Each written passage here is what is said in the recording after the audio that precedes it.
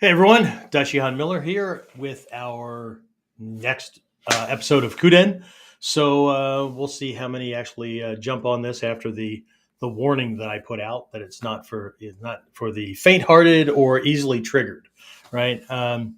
So for those of you tuning in, this is actually based on a session that was taught by one of my black belts at the academy, Jason Whistler, on goal setting. And what it was really wrapped around was the problems and pitfalls with the way goal setting and achievement is normally done, and then taking a look at an alternate kind of thing, right? And there were a couple of little, what are they called? The hell are they called, James?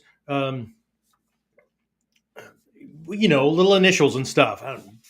My brain just took a little Acronyms. Thank you very much. All right. Sorry. The other day I was using like $150 words out of a $5 mouth, and today I can't freaking spit out the word acronym. Anyway, so there were a couple that flew around. We had a great time laughing. Yeah, it was pretty Absolutely. cool. So during the little breakout sessions where other instructors cover things at camps, kind of gives me time to like catch up on some admin things, take care of some other things that need to be done. So I wasn't there for the entire session, but James was, right? Because, I think do you have the record for how the person who traveled the farthest to get to camp this time? No. Steve Davis was in for Friday night, Saturday morning, and he had traveled in from Illinois, I think. Indiana. There you go, Indiana. I knew it was one of those I states. It wasn't Idaho. That's too far. Anyway, so yeah. This camp, and we knew it was going to happen, right? I mean, now we had a bunch of local guys come in for and girls come in for camp, but what we find is that by and large, most people just want the whole beat 'em up, look cool, feel like a samurai warrior kind of thing, and this whole mental psychological aspect to training. It's for the it's not for the faint of heart, and two, it's not what most people want, right? Because it requires you, instead of looking outward, it requires you to look inward. And but there are a bunch of cool stuff, right? So anyway, we're going to talk about that and this whole goal setting kind of thing when we get back. Just know, for those who are considering or trying to decide whether or not they're going to stay on for this one, right? I promise it's in ninjutsu, right? Okay, in the Togakure school, first area of training, right? In the 8 gates, it's the 8th gate, but in the Togakure school, it's the very first area, right? It's the first thing that you got to get handled, so that you don't misuse or abuse or get lost in the other stuff, right? Balance. Anyway, we'll talk about that more as soon as we get back. So, the big question is this: how are self-defense and success-minded people like us, concerned citizens worried about protecting ourselves, our loved ones, and the things we care about from the monsters we know exist in the world?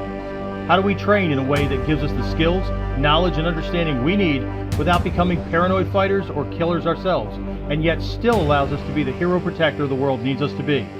That's the question, and this podcast will give you the answers. My name is Jeffrey Miller, and welcome to KUDEN Radio, real training for real people in a real world. Still the same story.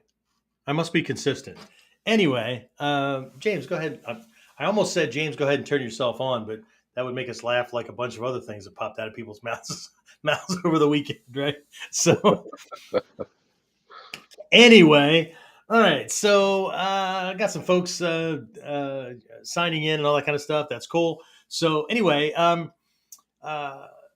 James, did you have a good time over the weekend? Absolutely. Yeah, even with all that psychology stuff, did your head hurt with any of it?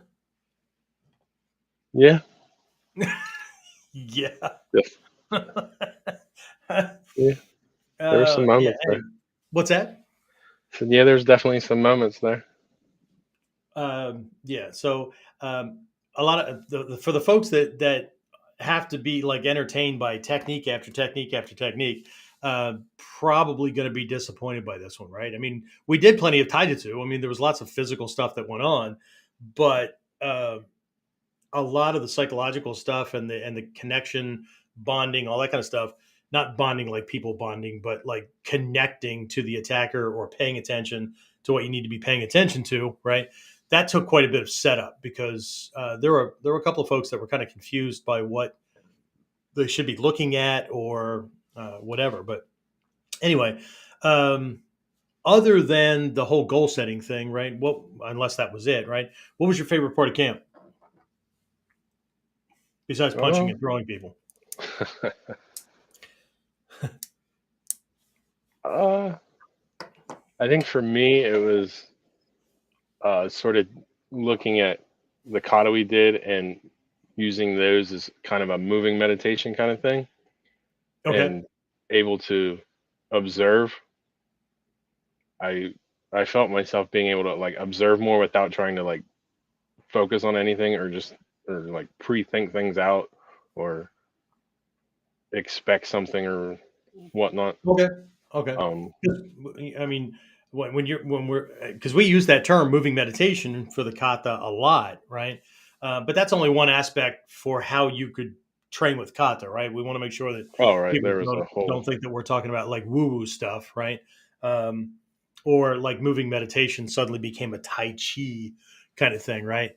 Um, uh, what was the biggest surprise that you had? And hopefully, we'll have some folks to that jump on that were at camp that maybe they'll toss in some things too. But what was the biggest surprise that you didn't think was going to be a part of camp, but ended up being this, you know, like part of it? Hmm, Hmm. hmm. I was the empty cup. I just showed up and let him pour gasoline into me. I mean, whatever. Um,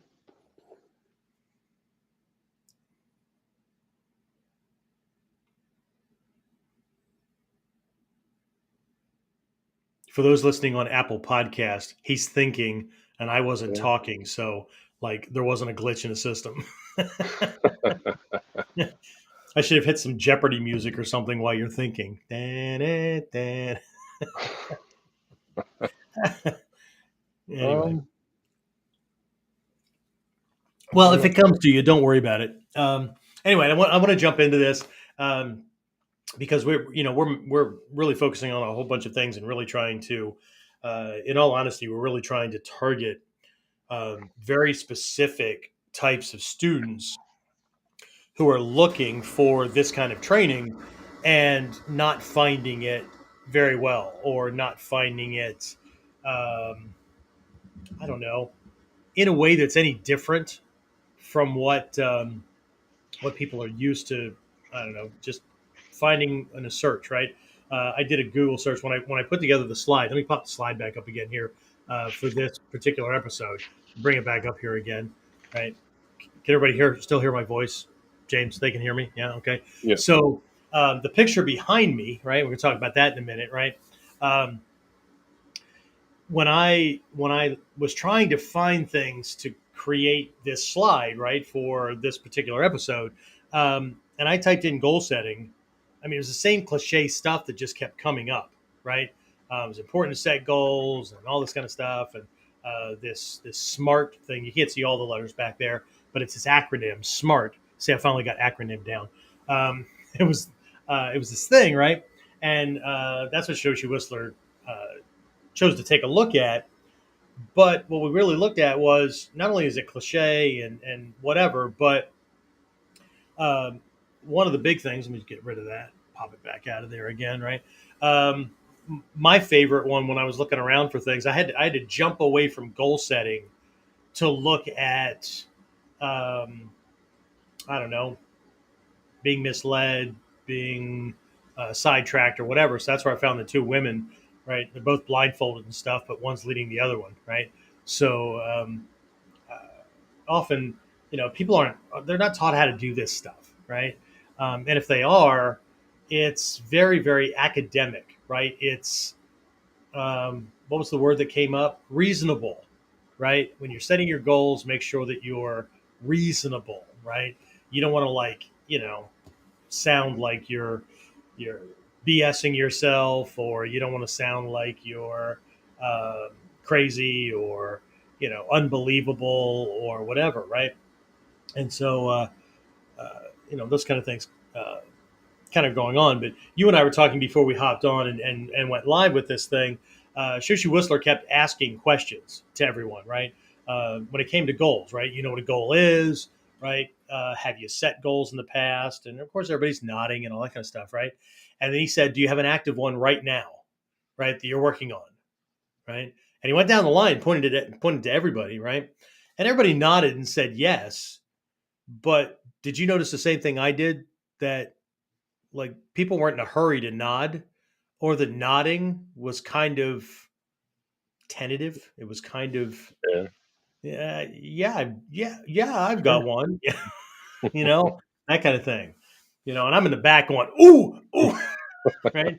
He said, I'm just going to ignore him because I know the answer to that one, right? Um, and I said, do you want me to pull up my phone with my notepad with what I say, how many goals I have, and the 19 affirmations that go along with those goals, and all that kind of stuff, right? So, um, you know, I'm, can you imagine somebody following me around all day long? An Nope. A personality type with maybe some accident induced ADD going on. I don't know.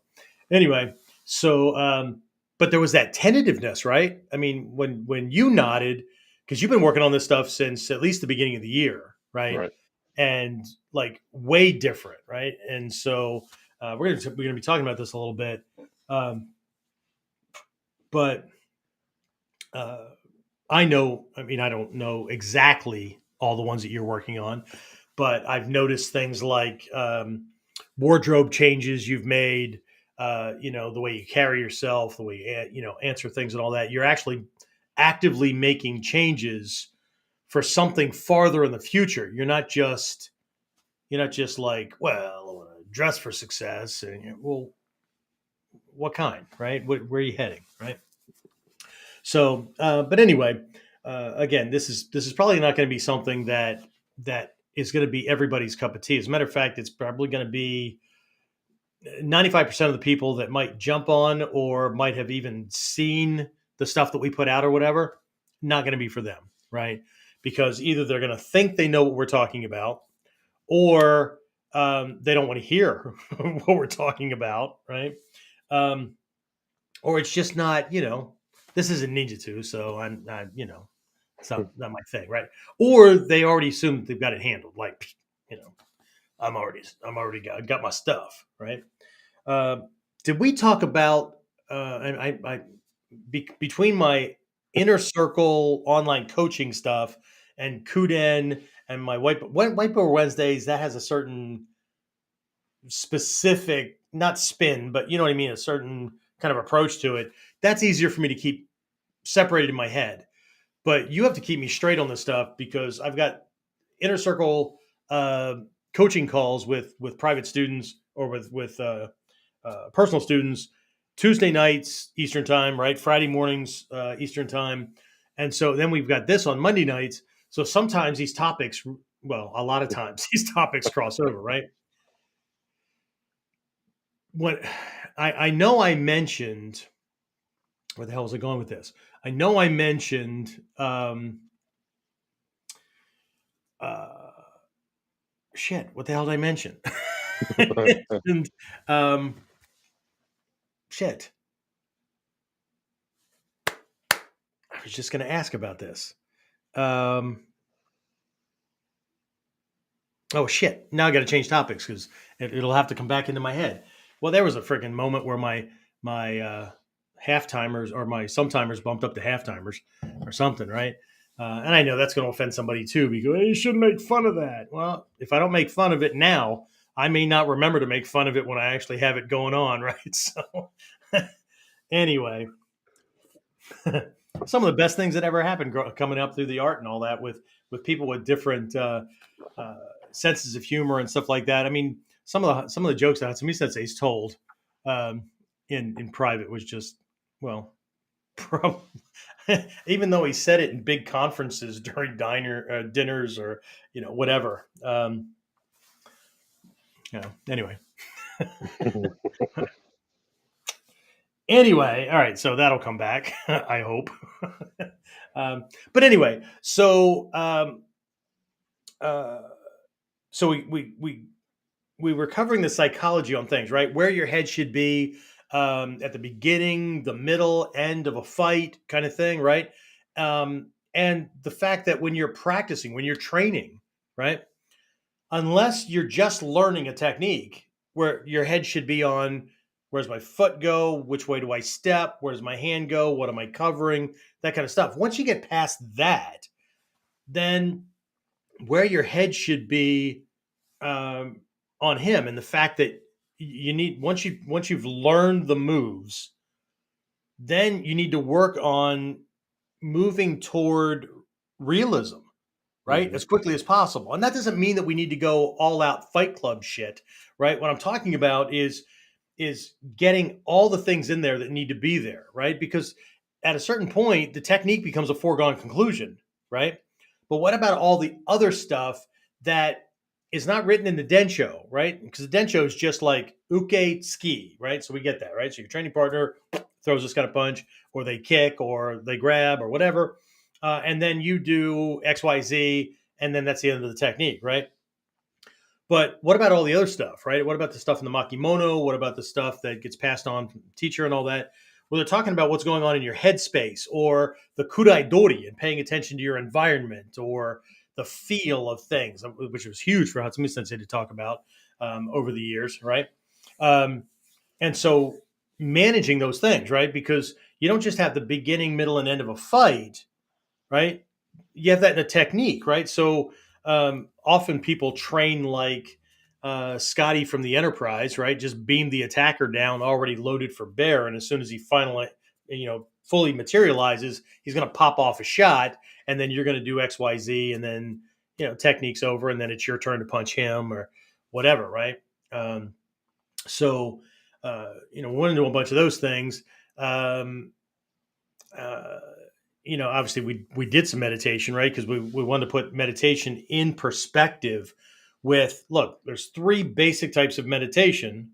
It's practice. It's these are kata, right? For honing certain functions of mind, right? Three basic functions of mind, three fundamental or basic types of meditation. I don't mean the different practices, because God, I have no idea how many different types of practices there are, but every practice focuses on one or more of those functions, or practices to transition and switch between these functions, right? What I thought was important is, even for somebody who's been meditating for a long time, one, that they know that there's more than just whichever one they've been doing, right? But two, to relate it to self-protection, right? And being distance based, right? Was that new for you, or have I discussed that in the past? Mm, I think I might have caught it a little bit in the past, but it's been a while. Okay, so at a certain range, you need to be in Zen mind, so that you're not in your own head when he's punching you in the face, right? At a certain point, right, you've got time, so you can assess, you can analyze, you can get some insight, right, about how he moves, how he's holding his body parts, how his clothing may or may not, um, uh, work well with the environment, or the ground that we're on, or the floor, whatever, right? All these things. What kind of energy intent do you get? So, I mean, obviously, you're not talking to yourself, but you're doing this, this assessment, And if you don't, if you're in Zen mind, then you're wasting an opportunity, right? And then we took a look at that visualization and all that kind of stuff, which I harp on this with my long distance guys, because as solo students, a lot of these folks are struggling to get training partners. And I think one of the biggest benefits that I can bring to students is that I've been a solo training student my entire training career, right? Because of military or whatever. And so, there wasn't internet, there wasn't all this stuff, right? So go to a seminar, load up notebooks, come home, just like I do when I go to Japan, right? Which reminds me, Japan opens next month if everything works out well. I'm going to give it probably a good 2 months because we'll be moving into fall, late summer, early fall. Make sure, COVID stuff doesn't creep back up again. Make sure it looks like Japan's going to stay open. And then I'm going to pop a Japan trip, at least one, in 23. So that'd be cool. But we're also looking at all kinds of other trips, right? Training week, stuff like that. Yeah, we're looking at like things to Bahamas. We're looking to Costa Rica. We're looking at like very, very immersive kind of stuff. We want to get our spring, fall camps, maybe even Daikomyosai, back to what they originally started off as, right? Actual camps, because we have a couple of camps near where we are that we can rent for a weekend or a long weekend or whatever. And then when people register, they're coming in for the weekend. Meals are included. It's an overnight thing. We can work in like night stealth exercises. It's an immersion weekend, right? We're also looking at a cruise at the moment, right? A training cruise where we'll have class times on each day, unless we're in port or whatever, right? But there'll be this balance between training and relaxation and all that kind of stuff, right? So that kind of stuff used to abound way back in the 80s, because you wanted to put one of the tricks, and this comes from Mikio as well, but one of the things that really works psychologically for people is to change environment, right? Change the whole context, right? So that their head is actually, you actually wake up more, right? Because you're not thinking about your day-to-day tasks. You're not thinking about having to bring milk home after class. You're not thinking about work the next day. You're not, whatever, right? You're actually in this immersive environment and everything is different. Everything is changed, right? For the better, right? But it wakes people up. It's one of the reasons why when people come into the dojo, and this is how I explain it to people, we have you bow at the door. We have you bow in. We have you bow out, right? We everybody's used to wearing martial arts uniforms, but the very fact that you're wearing a kikogi or a dogi, right, is you don't normally dress that way, right? So people put that kind of stuff on. It's kind of like putting on your Sunday best or whatever, if you're involved in other religious activities or whatever, right? That you dress a certain way because it affects your mindset, right? I remember going through a business development program for 3 years, right? And every day, right? I mean, it was just a phone call, like our weekly coaching calls. They were just telecalls. Nobody saw each other, right?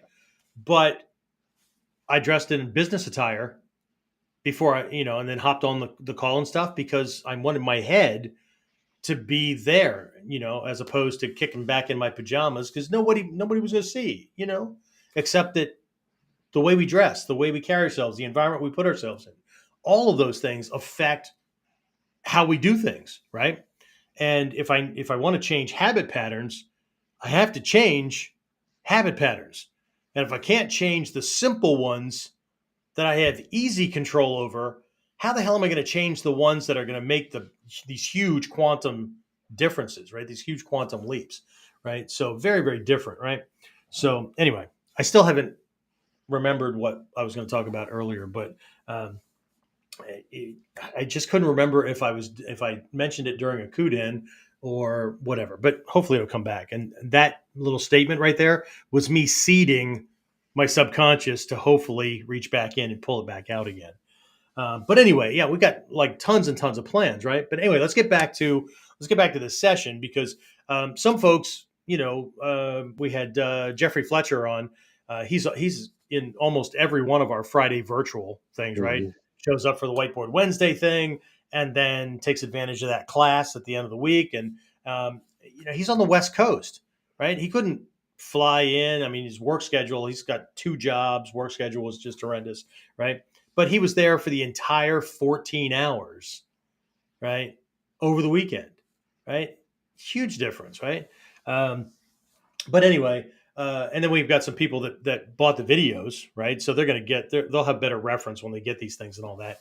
And I don't know what we're going to do with them afterwards. I may split them up and use them as individual kind of lessons or whatever. But anyway, let's get back to this goal setting kind of thing, because um, uh, there's a lot of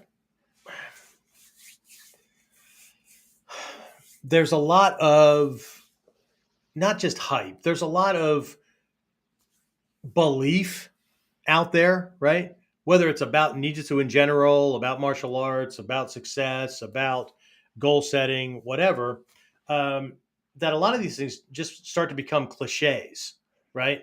Um, what was the reaction of most people when Shoshi Whistler mentioned New Year's resolutions? See that Yeah. was it, right? Almost everybody laughed, Yes. Right. right? Have you set one? Yes. How long did it last? I Yeah. think Sensei McLaurin said something like, "It lasted as long as it took for me to like go to sleep and wake up the next morning," kind of thing, because it's become almost a social cliche, right? It's something you do because it's cultural, but how many people actually stick to it? Oh, I know what it was. Thanks, it's back, right? Um, Training like this, right? 95% of people are not going to move in this direction, right? So what we're really looking at doing is focusing in on a certain type of student who has a certain mindset and and a certain focus, right? Because everybody out there, everybody and their friggin' brother, right, is out there teaching Seion and Kyogi and Kyonapo and whatever, right? And that's all great, right? But that's like going to a grocery store and walking down the spaghetti sauce aisle, right? And looking at how many different versions, right? I know they're brands, but how many ways can you put the same damn ingredients together, right? And come up with something special, right? Or come up with something different, right? Every once in a while, somebody will decide, you know what? Shit, I'm going to get a whole bunch of cookbooks, find these recipes or search online or whatever, and experiment until I find the one that's that's perfect for me, right? That does what I'm, and this is not about spaghetti sauce, but whatever. So, but anyway, let's get back to this. There's just New Year's resolutions, right? So what you do is you decide, what your new you is going to be for the year, and that lasts for. It's been our experience. Even if we do a New Year's kickoff program, right? The average person doesn't stick with it for more than 3 weeks, right? May go to a month and a half, depending on the program, but before the second month, most have dropped off, right? That 3-year program I was talking about that I was in for business development stuff, right? The group that I used, and for anybody that has ever read any of this stuff or is in business or might have done some research, I actually studied with Michael Gerber's group, big name in the business development consulting group. He has this book called the E-Myth, right? E-Myth Revisited, that kind of thing, right? E stands for entrepreneur or entrepreneurial, right? So the entrepreneurial myth, like if I can just cut the boss out and I'll just make all the money, right? Because I'm already good at what I do, then I'll just do this thing, right? Um, that's what most people think too when it comes to goal setting, right? I'm going to set the goal. I'm going to start off on this thing, but it's and the other part's back, right? I think what I mentioned in one, I don't think I mentioned in the KUDEN, but either way, what I was talking about is how children of successful people, like highly successful people, right, are not taught the same things that everybody else is taught. and know they're not taught to screw people over and all that kind of stuff, right? The lessons that they get and the paradigm that they're raised within, right? It's just very, very different, right? So uh, it's not about being average. It's not about being. I mean, I guess maybe they're average within their group or whatever, but the mindset from the very beginning is different, right? And so, uh, if we want to be different, then not only do we have to act and all that kind of stuff, but we need to model people that are doing what we want to be doing, right? So anyway, but let's jump into this bag versus swag kind of thing, because I think I'm the one that threw the swag thing out, because there was this thing and then there's this other thing. But before we get there, like, let's look at one of these common models, right? Common goal setting model is that it uses this acronym SMART, right? SMART, right? So if you have a piece of paper, you're taking notes or whatever, you just write this down the page, right? SMART. So S stands for specific, right? And I don't think people hear themselves and how non-specific they are, right? When they do these things. Um, but at the same time, even if you are being specific,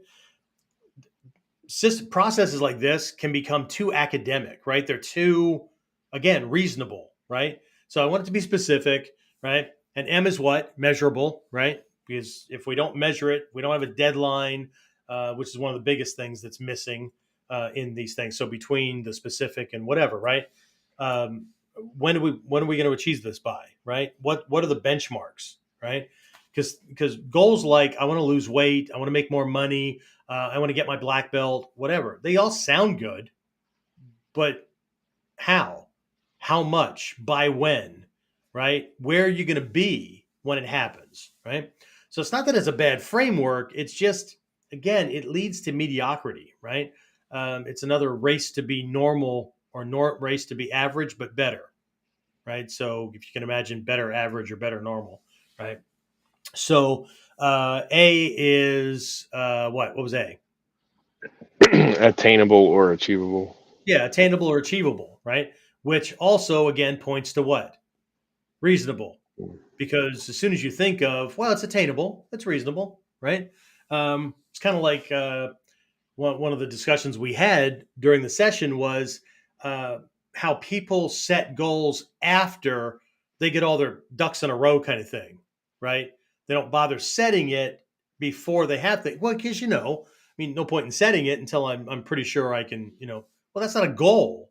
It's a friggin' option, right? So I get this much time off work and I make this much money. And so what can we do as a vacation, or what can we do? How many days can I stay in Japan if I go for training? How many classes can I fit in, or whatever, based on those, what they really are is limitations, right? Based on the confines of what I just did to myself, what can I afford, time wise, money wise, whatever, right? And then I decide. So a family could, somebody could go, well, I get this much time off work, I make this much money, and so da da da da da. Hey, we can afford to go to Disney for a week, right? That's my goal. My goal is to go to Disney, but that's not a goal, right? That's an option, right? It's an option among a group of things that I could do based on the time and money and interests or whatever that I have, right? Um, but what it really comes down to is most people think that they have to have, like, they can't set a goal until they have what's needed to accomplish it, right? Oh, shit. Now I'm back, right? The Elon Musk comment from during the hosting of Saturday Night Live. Did I do that during a KUDEN, or did I do that during a coaching call? So I told you it would come back. That was a coaching call. The coaching call? Okay. So you know what I'm talking about, right? But Elon Musk was a guest host on Saturday Night Live, right? I didn't see it. I just watched a little snippet after the fact, because I haven't watched Saturday Night Live since before it was, like, not funny anymore. Because everything's become like political and all that kind of crap, right? So comedians are taking less and less risks, and just bullshit. But anyway, maybe they want to get punched in the face like Chris Rock did, but he impressed the crap out of me because he stayed professional during the whole damn thing and somebody else lost his cool. And that's sad because for a year and a half to 2 years before that punch to the face, the aggressor was doing all kinds of videos on YouTube to help people grow out of that kind of bullshit mentality and whatnot, right? And become a better person. And he became infamous, went from famous to infamous in what? 30 seconds? But anyway, Elon Musk came out and as a part of his opening, he said, to everyone I've offended, right? There was no apology to this, right? He said, to everyone I've offended, I have reinvented the electric car and I'm sending human beings to Mars. Did you really think I was just another chill guy? Right? So, there's that, right? So love him or hate him, it doesn't really matter. And here's something that people need to get, right? I don't care if they need to pull their head out of their ass or they need to understand. Highly successful people, it's not that they're sociopaths or whatever, right? But they're doing a lot of good in the world. I mean, I was just thinking about this today. The critics of really successful, wealthy people or whatever, right? Like this person did this, right? Gave this much money. And the first thing critics will do, and usually it's critics that don't have any money, right? Or they're not in that position or they're resentful or whatever. The first thing they say is, well, all this money the guy made, like he could afford to give more, right? It wasn't enough or whatever, right? Because what's funny is that people that don't have enough, when they're criticizing somebody else who does have enough to do good in the world, it's never going to be enough, right?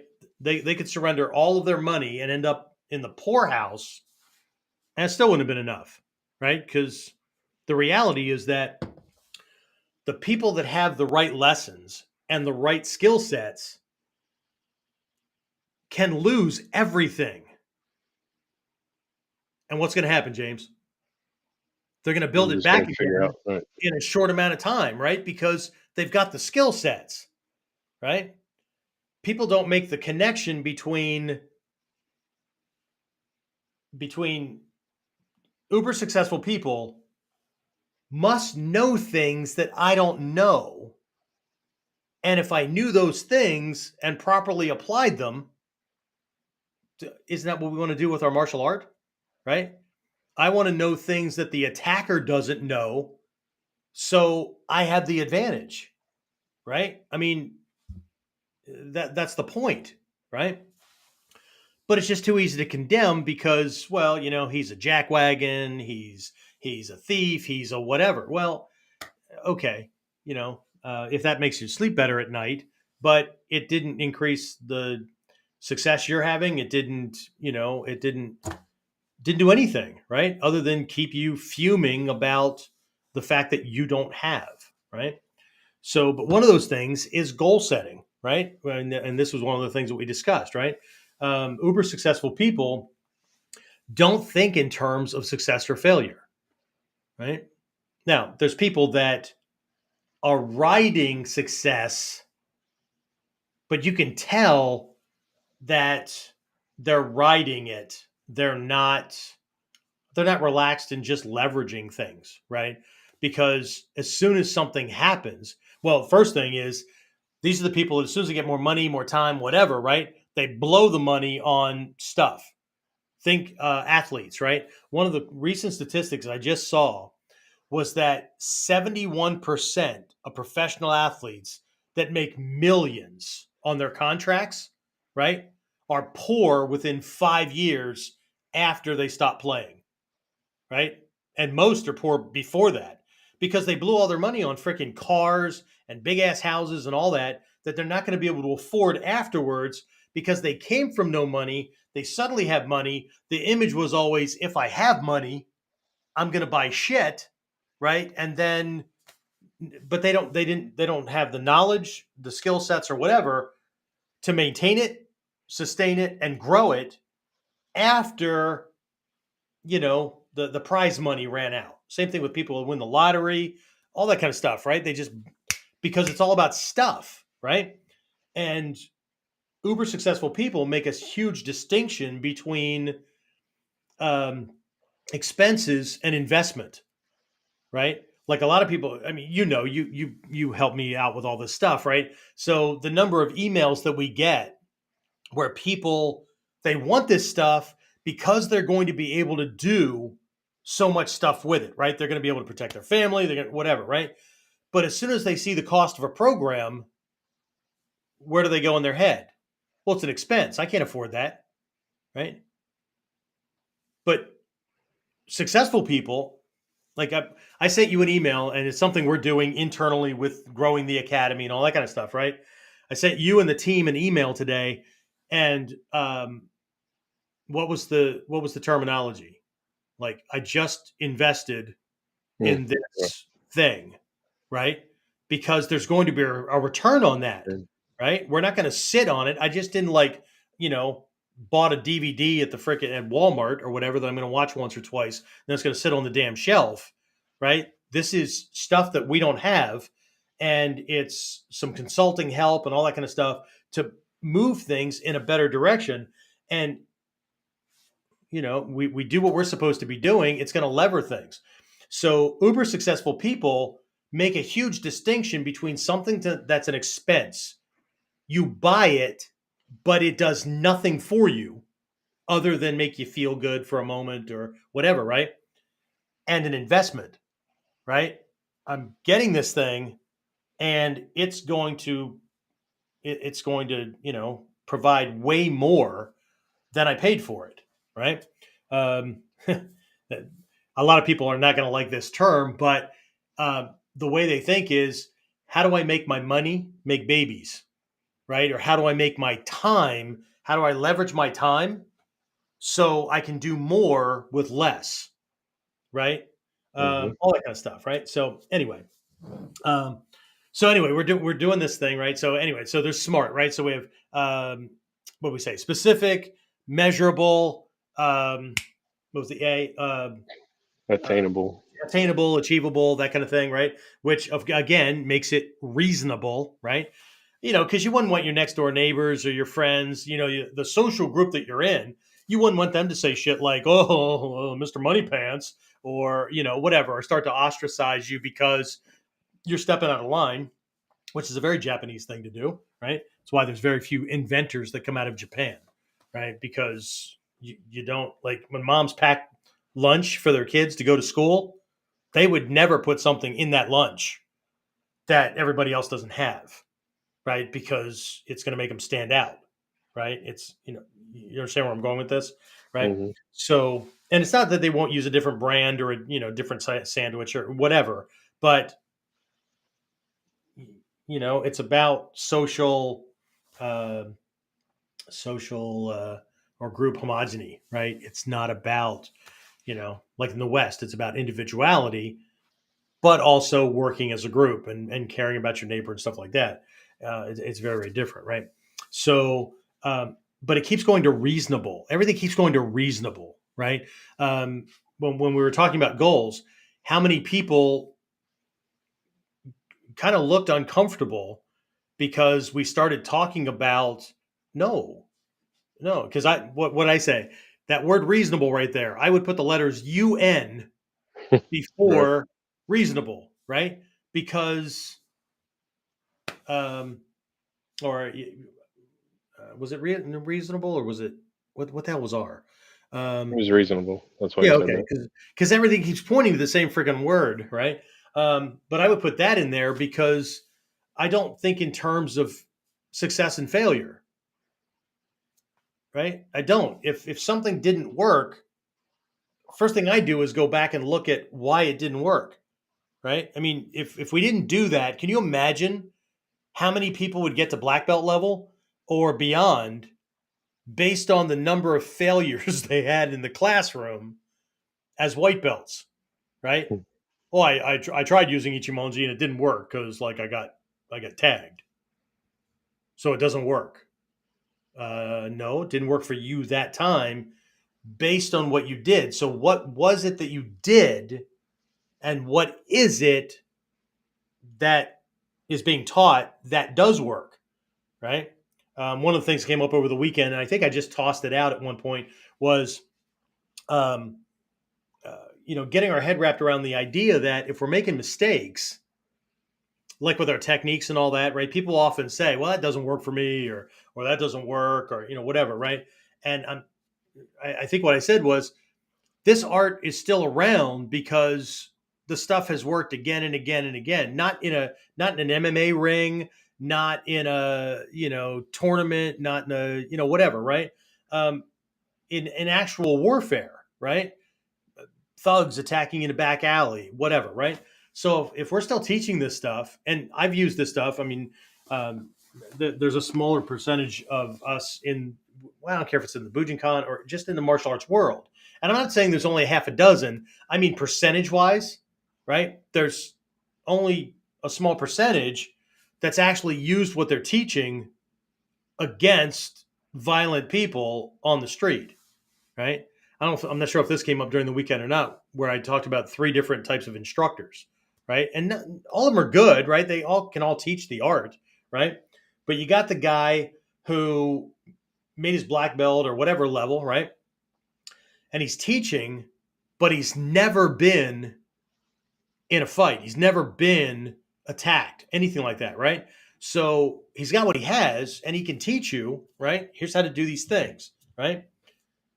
But he's going to teach very differently from the instructor who has a black belt, or again, whatever level, right? Who got that belt because they've learned this stuff, but they've been in fights, they've been attacked. But this person that I'm talking about, they've got fight or attack or survival experience, but they haven't used what they're teaching in that context, right? And that person is different from the instructor who has learned this stuff, they're teaching this stuff, they have fight experience or they've been attacked and whatnot, and they've used what they're teaching on the street, right? It's not that all of them can't teach the art, but how they teach is going to come from a different level of experience, right? One's like a coach or instructor, they're passing on data. They can still teach you what you need to know, but there's going to be certain elements that are going to be missing, which is what we covered with the psychology, right? One of the things we covered was the problem that I see with the way people disconnect at the end of a technique, right? You remember that, right? The way they Yes. disconnect. I'll see people, and I can remember when I did this stuff until my teacher, pointed it out, and then I had to think about how I responded in actual real situations, right? That I see people disconnecting mentally as soon as their partner starts falling to the ground, right? A lot of them don't even back up away and create distance to assess to see what's going to happen next from a safe position. They just mentally disconnect.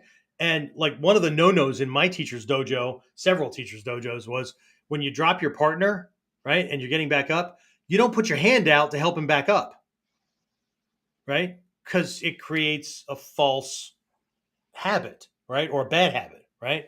And I know a lot of people would say, well, I wouldn't do that to the bad guy. Let me tell you a story. Back in the day, right? This was out of Shidoshi Malmstrom's dojo. We had somebody come in who had been attacked. We're not. It was an attack, right? Held up at knife point at a bus stop in Atlanta, Georgia. Right. He came in, and one of the other fellow students as well, because they were on their way to class, and so they came in, and here's the story, right? And neither of them, it didn't click in their head. But what happened was, this guy pulls out his knife and says, "Give me all your money," right? And my one fellow student, right, smacks his arm, takes the knife away, right? Flips it over and hands it back to him and says, "Get the hell out of here." Right? And the guy took off and ran. Luckily, right? What the hell? Right? Because every class, you do the disarm and then you hand it to him so he could attack you again or whatever, right? As opposed to backing off, setting the knife down, the training knife down on the floor, or backing out, mentally disengaging from attacker defender role, and then coming back in and doing things, right? So one of the things we covered was giving yourself the 3-second rule after you take them down or you knock them away from you or whatever, and you back out, and we're going to pay attention to everything he's doing for 2 to 3 seconds. 1 1,000, 2 1,000, 3 1,000. It doesn't, what I say, it doesn't matter what he's doing. It doesn't matter if my partner gets this lesson or not. It doesn't matter if he starts telling a joke. It doesn't matter if he starts talking about the technique. It doesn't matter if he calls the instructor over. It doesn't matter if he says, hey, I got to go to the bathroom or whatever. I don't care what he's doing. I'm training my brain and rewiring synaptic pathways to pay attention to what they're doing so that I'm not disengaging at the wrong time, so that in that gap, in that bad distance, a real attacker could re-engage. Meanwhile, you're taking a freaking vacation, right? Because, technique's over. I dropped the guy to the ground. Next thing you know, he's wrapped around your ankles. You're down on the ground. He's crawling up your body. All kinds of crap is going on, right? But you thought the fight was over. Well, you thought wrong. How will you know? Well, we're freaking ninja. Gather information, right? So anyway, right? Let's go back to SMART. Because anybody can do any of these things, but I want to point out a huge difference, right? So what do we have? We have specific, we have measurable, we have achievable, we have realistic, right? And we have, what was T? Timely. What's that? Timely. Timely, right? You set a deadline, that kind of thing, right? Because one of the rules of time management is whatever amount of time you give yourself, the task will take that long plus 20%, right? So I always change my deadlines, and I work like hell to make it in that amount of time, because if I do, shit, I can move on to the next thing, right?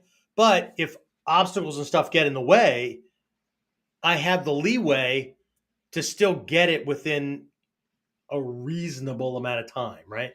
Yeah. Anyway, so reasonable, right? Anyway, but this is like the standard thing, right? And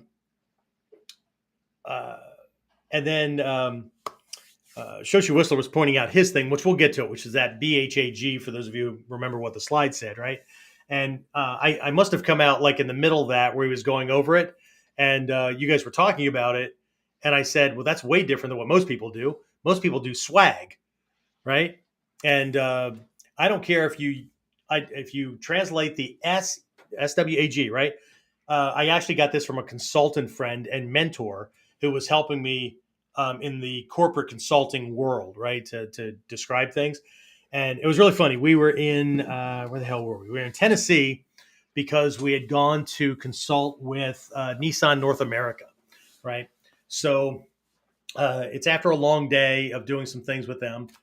And we're at dinner and we're chatting about like the problems, right, that you run into. And one of those is a consultant can never allow themselves to be treated like a subcontractor, like an employee that's just temporary, right? You're going to come in, they're going to tell you what the problem is, they're going to tell you what they need, and they're going to pay you to do what they wanted. And then when that shit falls on its face, they're going to blame you because that didn't work, but you were the consultant, right? I make two assumptions when I go into places. One, they have a problem that they can't solve. Two, they can't solve it because they don't have the resources in-house to solve that. So they need me to come and help with insight and all that kind of stuff, right? So I never let myself become a commodity or an employee, right? So I'm in there as a partner.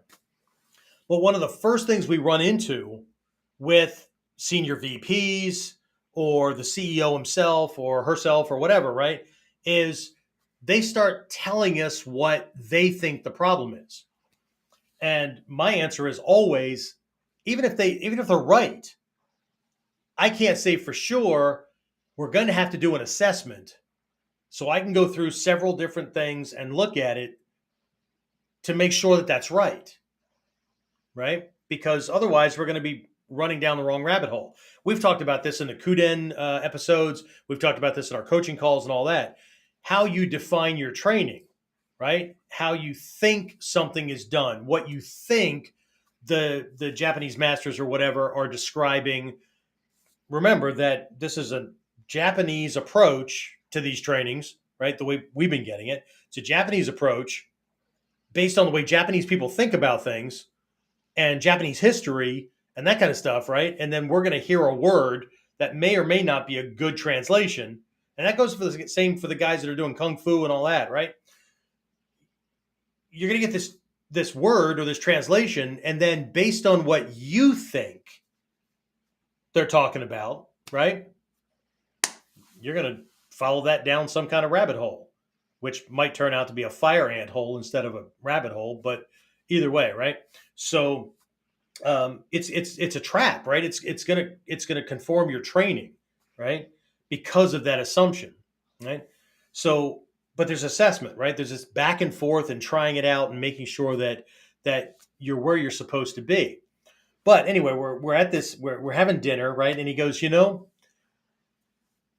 we can't allow ourselves to become this thing, right? And they want help, right? They absolutely want help, but what they're trying to buy, right, which we cannot allow them to buy because, sometimes, your income can be low or whatever. So you might be, really, I got to get this account kind of thing or whatever, right? But you can't let yourself slip into buying into their need to buy swag. And I looked at him and I went, swag? Because I thought glitter and all that. And he goes, a scientific wild ass guess, right? Because they want it to sound good. They want it to sound scientific. They want it to sound like you're thinking. But without that assessment, that's what we're doing. We're going to freaking throw something out there and give it a shot, right? Can you imagine doing that on the street? Right? Let's just, that's how fighters think, right? Especially the tough guys, right? That rise to every challenge, right? Well, shit, let's see what happens, right? But if you could, if you knew that you were in a situation that wasn't a contest, that you stand a really good chance of going to the ER or going to the morgue, right? Or to stop this person from doing what they're going to do, or even if they kill you, your family's next kind of thing, right? And you might have to do that. Would your head be on differently? I think so, right? But anyway, right? So there's this. I think what I said during the training was it was a what I say simple wild ass guess. What I say it was something like that. It was Something like that. yeah, something like anyway. But I shortened it because that's how I see most people doing goals, right? They throw it out there and they say that's what they want, but rarely, if ever, do people build a plan that they're going to follow, right? Because the plan should be minor goals. Because I don't worry about the goal. Once I set a goal, I'm not worried about the goal. I'm worried about the stepping stones that I need to achieve that will make that happen automatically, right? So it's very, very different, right? But they just like toss something out. New Year's resolution is a good example again, right?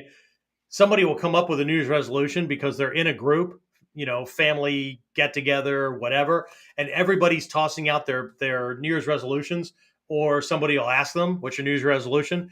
And they'll toss something out because they think they should, right? They're not even half-hearted about it. They're going to toss it out so it sounds good. But how is that going to change your life? How is getting this thing going to make a huge difference, right? Or is it just something you want, right? Is it a goal or is it a want? Is it an expense? Is it an investment? Right? Because if you're focusing on certain things a certain way, the way you focus on it will depend on, if I have to spend money on something, right? Is it something that I want because I want it? Or is it something I want because I need it because it's a leverage point to get where I'm going, right? Okay. So if I want a job that's farther away than 2 miles, because that's realistic walking distance without showing up looking like I need a freaking shower and a change of clothes, right? I need a car. If I don't have a car, then what do I need? I need a whole bunch of friends who are willing to do whatever they need to do to make sure I get my happy ass to work, right? And I have to do things and say things and whatever, right? To make sure that this little relationship doesn't get screwed up, right? Let me change the way I said that. I need to make sure I don't piss them off so that they don't give me a ride to work, right? Okay? So I need a car, right? A car's not an expense. A car is an investment because to me, a car is freedom, right? But how reliable, whatever. And I get it, right? When some people go, Sensei, you don't understand because, what? They're implying that I was born with a silver spoon in my mouth and all that. These are all hard earned lessons, right? So we need to be careful with what we say. And the problem is the same thing that happens with the physical techniques, right? If we keep going to kamae a certain way, let's say we're leaning back or ass is sticking out or whatever, right? We end up developing a habit that is we're going to have like somebody was talking to today, right? You make the wrong decision at a fork in the road, you take the wrong one. It's not that easy to just like jump over to the other side. You got to backtrack, right, to get back to where you needed to be, and then go on the other one, like missing a turn on on the interstate or on the turnpike or something, right? You miss a freaking exit, and the next one's not for 30 miles, right? And then you need to backtrack to go in the right direction, right? So how much extra time did it take, right? So uh, we need to be careful with that. But we developed this habit. But one of the points during the weekend, uh, when it came to the psychology, whether we're talking about goal setting or what we need to be doing when we're training or whatever, is whatever we do most often is what your body and your brain keep springing back to until you change the habit. And changing the habit is not a matter of willing yourself to change, right? You have to do something over and over and over again, running the same process so that your brain literally disconnects the old neural network and rebuilds one so that that becomes the new habit. And this is the same for goal setting. That's why my teachers in this art always said, you don't need to build a Taj Mahal. Start small and do things, right? But you need to make your own system work for itself, right? So before I cross over to the BHAG thing, right? This one came up during the class.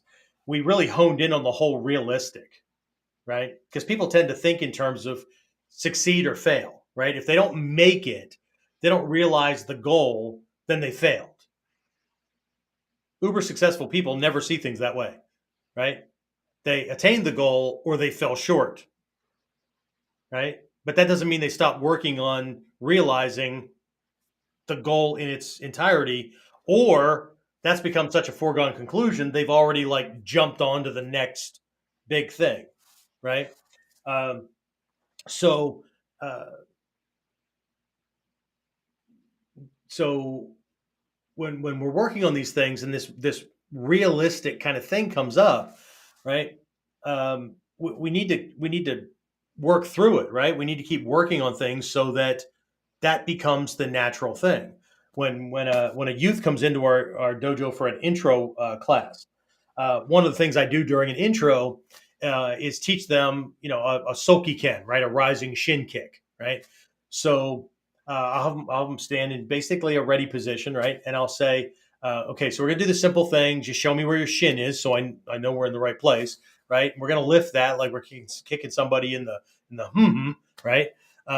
But before you do that, right? Before we kick, what I want you to do is take one of your hands, and I want you to hold it out in front of you at the highest point that you think you can kick. Right? And you can see their eyes kind of shifting and whatever, and they'll hold their hand out and they'll go, okay, so remember that spot. I'm going to remember that spot. And I take this target, right? And we start at the belt level. And I say, we're going to start here and then we'll keep rising up until we get to this point where you said you could kick, right? And sometimes they'll put their hand out and then they'll lower it, or they're vacillating in there or whatever, right? And so we'll do the kick, right? They'll kick and I'll say, okay, belly button level, kick. Okay, good. High stomach, low chest level, kick. Okay, mid chest, kick. Okay, here's about where you said you could kick, right? So kick that. Oh, okay, right? And most of them, as soon as we get to there, they start making noises, or like, they'll say, "Oh, I hope so," or "Oh, I don't know," or whatever. And next thing you know, I mean, they're kicking it because they were already doing well to that. And I only raised it like that much, right? And they kick it, and I go, okay, great, let's go higher, right? So we'll go to shoulder level, right? And they again making noises and all that. They kick it. I go, okay, the angle's a little off for a shin kick, so now you can just use your foot, toes, whatever. I don't care how hard you kick it, whatever, right? Just touch it, right? So okay, shoulder level, boom, chin level, boom, nose level, boom, forehead. And for most people, I can get just above the level of their head, and they're able to touch the target. For some, because of flexibility and whatnot, they can't. But most go way beyond what they originally assumed. And then I'll make a joke. I'll go, you lied to me, right? And they'll look all coy and sheepish and whatnot. And I'll go, and actually, I do this to adults too, right? And I'll go, actually, I lied. This had nothing to do with kicking. This had to do with goal achievement and success. Okay. And so here's the thing, right? Most people, including most adults, set goals for themselves that are way lower, if they set goals at all, right? But they set goals way lower than they can actually achieve. And they do it for one of two reasons. One, they do it because they're afraid of failure, or more likely, what they're afraid of most, what other people will say if they fail. Two, they don't know, right? So they pick something, but they pick something that seems reasonable. And there we are, back to reasonable again, right? But it's our job as instructors to challenge somebody, right? To challenge a student and give them, and we have it wired into our curriculum, right? So to challenge them to go beyond what they think they can do, but with some work and the right thing. Even the guys that have, the flexibility and whatnot, right? Just do some freaking hip and some lower back stretches. Your leg will go higher, right? I mean, unless you're living the 600-pound life and you've got a third of your body hanging out in front of your freaking pelvis, you can lift your legs, right? So, but if it's a youth, I'll look over at the parents and say, my goal is to help your child develop a mindset where they are willing to set a goal and not have any idea how they're going to make it. But one thing they are sure of is that they'll figure it out, right? And that leads us into this BHAG thing, right? Okay. So I might as well jump to that so we don't bore people and put them to sleep and all that. But so we'll go down through the BHAG thing here, because in mine, right, I have a chief aim statement, right, before I even get to my 19 affirmations, right? And one of the words in my affirmations and in my chief aim statement is bodacious, right? And I know that's not in the BHAG acronym, but I like that word. Unfortunately, most people think of bodacious as like big bodacious, whatever, right? They think of it in a negative context, or they think that somebody's a big bodacious liar or whatever, when really bodacious is like bigger than freaking imaginable, right? I mean, it was like huge to the surprising level, right? And so, but anyway, right? So BHAG, right? We're just pronouncing it BHAG, so it rhymes with swag, right? I don't care how you pronounce it, right? But we're going to test James again, right? So again, if you wrote down on a piece of paper, right? Again, this is just an alternate way of doing things. You can everybody on this listening to this or whatever. If you're listening to this, I don't care if you're on Apple Tunes or Apple Podcast or whatever it's called these days, Stitcher Radio or whatever, right? Or you're on live. I don't care, right? I'm going to tell you the same thing my teachers told me. You're a grown-up. You can do whatever you want. Okay? The question is what you're doing producing the results that you want? And I got to tell you, no amount of blaming other people for being successful, getting in your way, or whatever changes the fact that your program's not working to the degree that it will produce the results that you say you want. And if you let it go long enough, you're going to end up being an angry, pissed off, resentful human being. But, it is what it is, right? So, all right, James, just based on what was taught during the session, right? What's B? Big. Big. That was simple, right? Big. Now, we talking about instead of going to Disney World or instead of going to Disneyland, I'm going to go to Disney World. And instead of going for a week, we're going to go for 2 weeks, right? Is that what we're talking about? No. What are we talking about? Well, that would just be a choice that you make about that. Big is like bigger than, to me, it's like bigger than pretty much imaginable. I mean, it just fits into the whole. We'll keep building on this, right? Okay. Right. What's the H? Harry, right? Think monster. Think big, hairy, whatever, right? Something that's going to, put the fear of God in you. Something that's going to really, really freaking challenge you, or something that's going to make you go, holy shit, do I really want to do that? Kind of like, getting into a wrestling ring with some guy that's like 300 pounds, overweight, and is just covered with hair, and he's all sweaty and stuff, right? Right? Because you know what? Most people are all about goal setting until they get comfortable, right? Because they don't need the other thing anymore. See, I need to attain my goals because one of the things that will really do it for me. See, I'm not a big fan of donating to non-charitable organizations. And I know how that's going to sound all wrong to a lot of people. Do you know why I don't want to be doing that kind of thing? Because a huge chunk of whatever you give doesn't go to that cause. It goes to like admin. 90% of what I donate is not going to the cause, right? It's paychecks and supplies and advertising. Okay. How much does the freaking advertising cost every time one of those Save the Children or whatever, right? The SPCA, whatever ads pop on your TV? That came out of your donations, right? So they can get more donations from other people. You want my money? I've already told them on the phone. You want my money? You promise me to relocate people that are eating dirt in Appalachia or in Somalia or whatever. You're going to relocate them to a place where they have job opportunities and give them training? Shit, I'll give you money.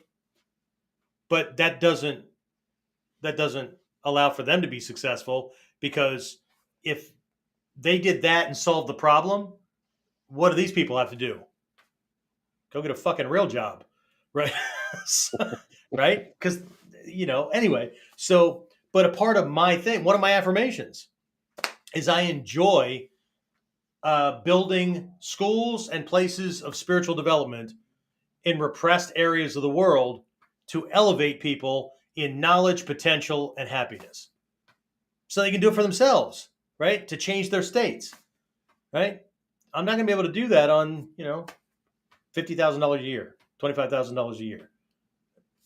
Okay. So I know lots of people are going to resent it, change their opinions about me or whatever, but you know what? I don't care. Right? I don't care. They're also going to say when I did that, well, shit, dude, you could donate more and build 4 schools. See, my head's wrapped around way more than 4 schools, so I'm okay with that, right?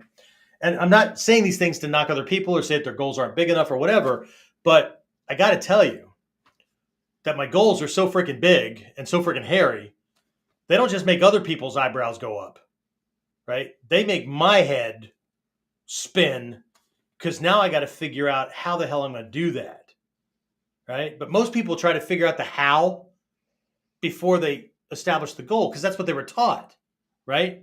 And other things too, like you can't have your cake and eat it too, and other bullshit like that, right? Why bother having cake if you can't eat it? Why, whatever, right? So we have big, hairy, Audacious. audacious, right? For the cheap seats, what does audacious mean? I would call it like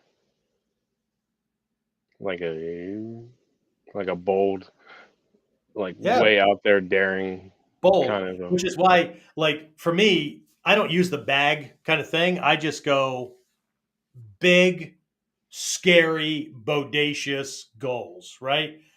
Because that sums up all of these things, right? But I get to throw my favorite word in there, right? Bodacious, right? But that doesn't make for a good acronym, right? So, right? Right? So, but anyway, right? So audacious, and then G is goals, right? So big, hairy, audacious goals, right?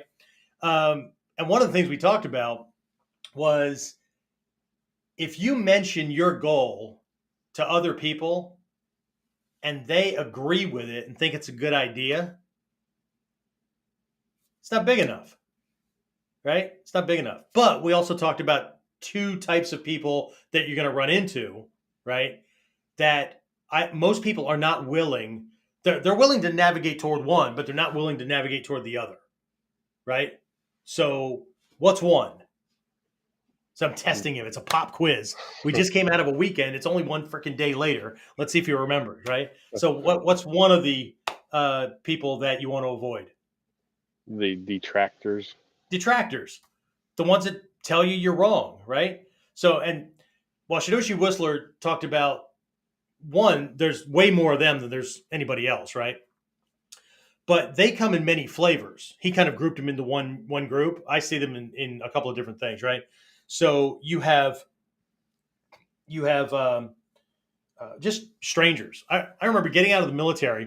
I was a military policeman for 7 years, undercover investigator, all that kind of stuff, right? I had the skill base, and that's when I started consulting. I started doing just security consulting, not super, niche down like I do now with workplace violence, but just security, right?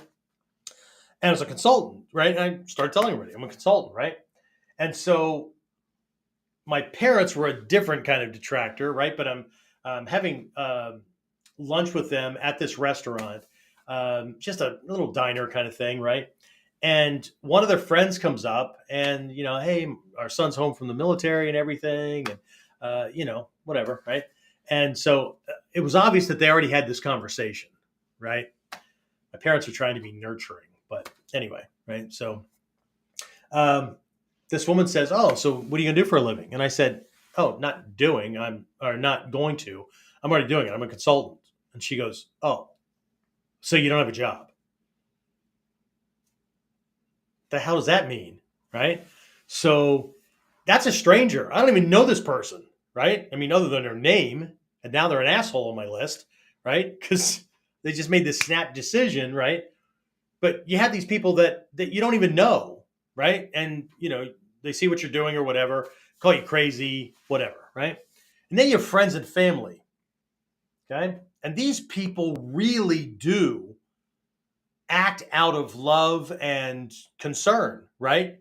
Because they don't want to see you fail, but they haven't learned this stuff, right? So, holy shit. Now they're scared for you because they don't see anything other than you getting a rude awakening, losing all your money, wasting a whole bunch of time, whatever, right?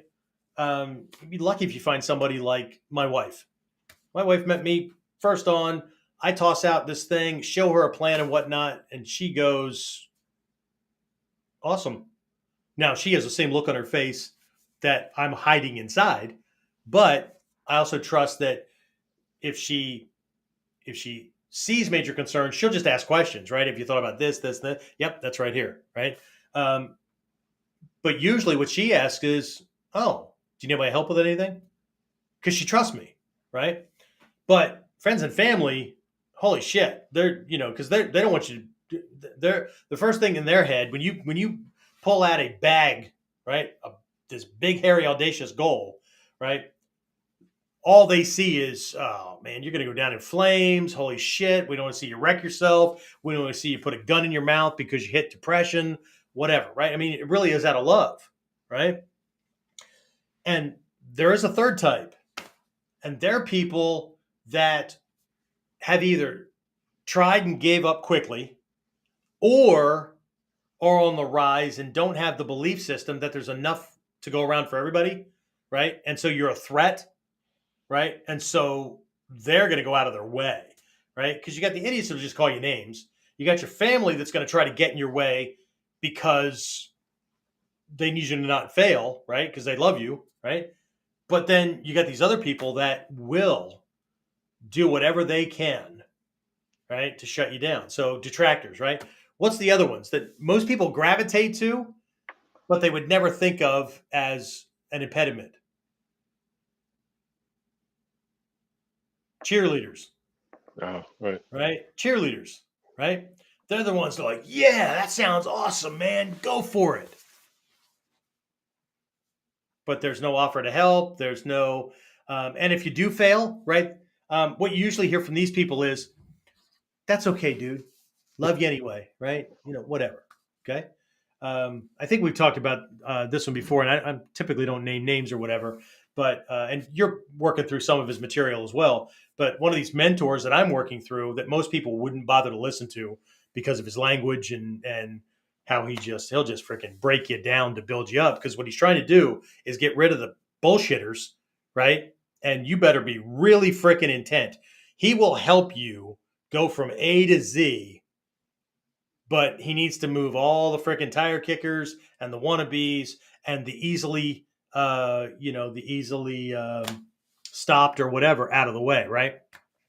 But he's the one who always says, show me your friends, show me your 5 closest friends, and I'll show you your future, right? Or look at your 5 closest friends and what you guys do together, right?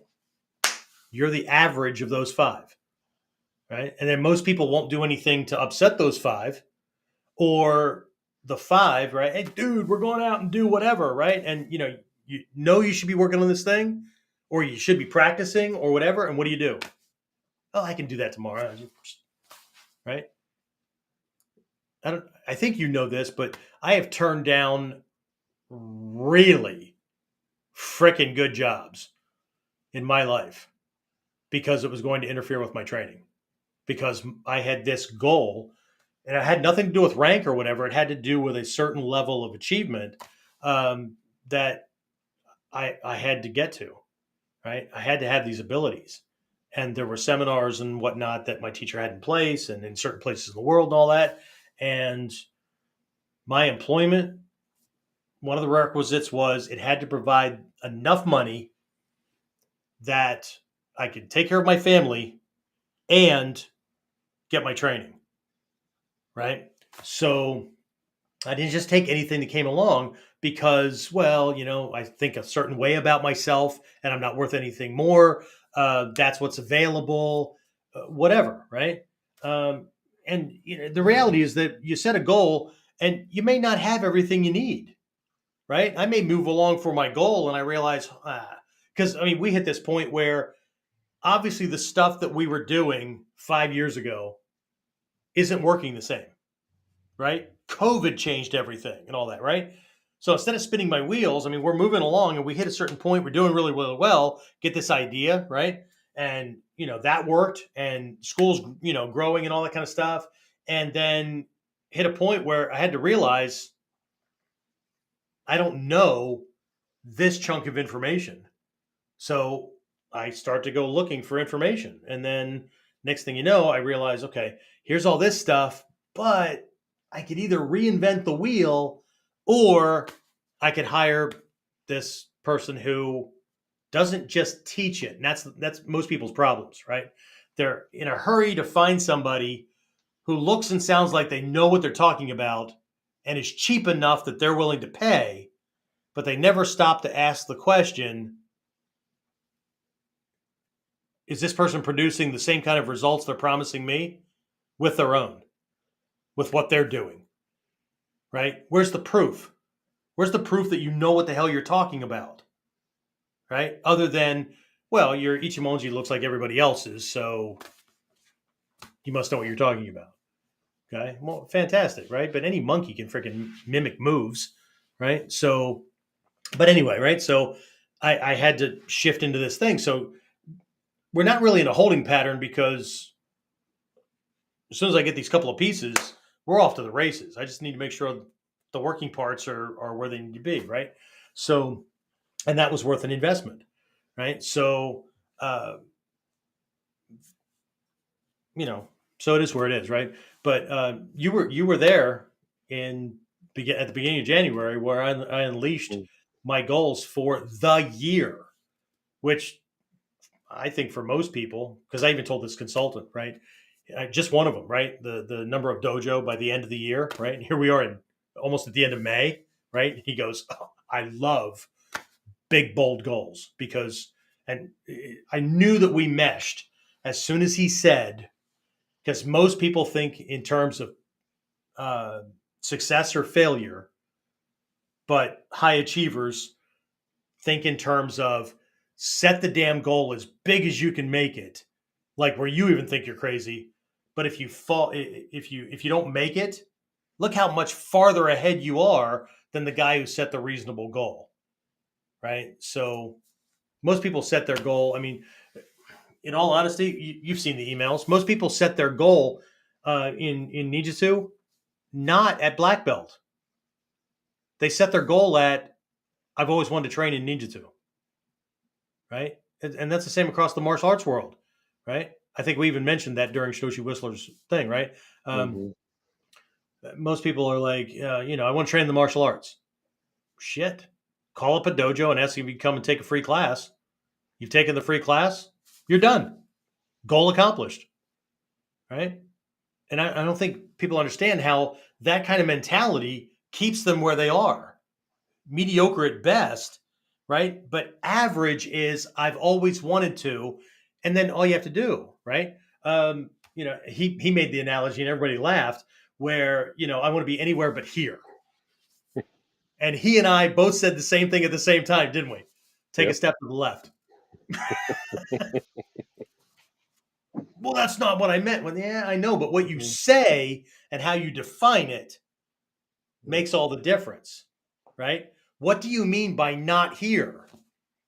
Not living in this town, not in this state of being, not in this financial state, not what do you mean?